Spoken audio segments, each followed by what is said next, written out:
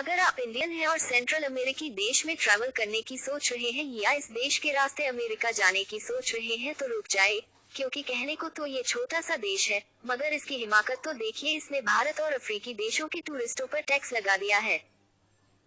दरअसल सेंट्रल अमेरिकी देश अल साल्वाडोर अफ्रीका या भारत के यात्रियों से लैंड करने पर $1,000 यानी करीब 83,000 रुपए टैक्स वसूल रहा है।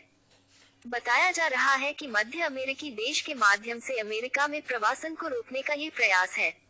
भारत समेत 57 अफ्रीकी देशों के पासपोर्ट पर यात्रा करने वालों के लिए यह नियम है।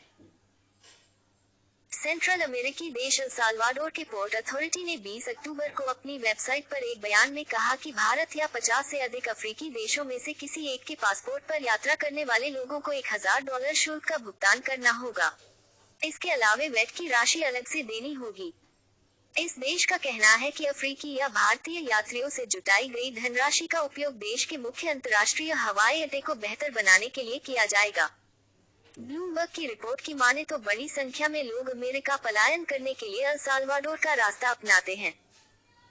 यही वजह है कि इस पर लगाम लगाने के लिए अल साल्वाडोर ने ये कदम उठाया है और भारत समेत 50 से अधिक अफ्रीकी देशों पर यह भारी भरकम टैक्स लगाया है। दरअसल अल साल्वाडोर के राष्ट्रपति नायब बुकेले ने इसी सप्ताह अमेरिका के सहायक विदेश मंत्री ब्रांड निकोल्स से मुलाकात की थी और इसमें माइग्रेशन पर भी चर्चा हुई थी। सितंबर में समाप्त हुए वित्तीय वर्ष 2023 में अमेरिकी सीमा शुल्क और सीमा गश्ती दल को देश भर में रिकॉर्ड 3.2 मिलियन प्रवासियों का सामना करना पड़ा। रिपोर्ट के मुताबिक अफ्रीका और अन्य देशों से कई प्रवासी मध्य अमेरिका के रास्ते अमेरिका पहुंचते हैं। अगर इन 50 से अधिक देशों के पासपोर्ट वाला व्यक्ति अल साल्वाडोर पहुंचता है तो उसे वैट सहित कुल $1,130 टैक्स देने होंगे।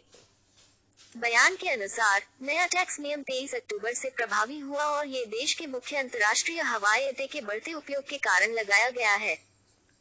एयरलाइंस को अफ्रीका और भारत के 57 देशों की सूची से आने वाले यात्रियों के बारे में साल्वाडोरन अधिकारियों को प्रतिदिन सूचित करना होगा।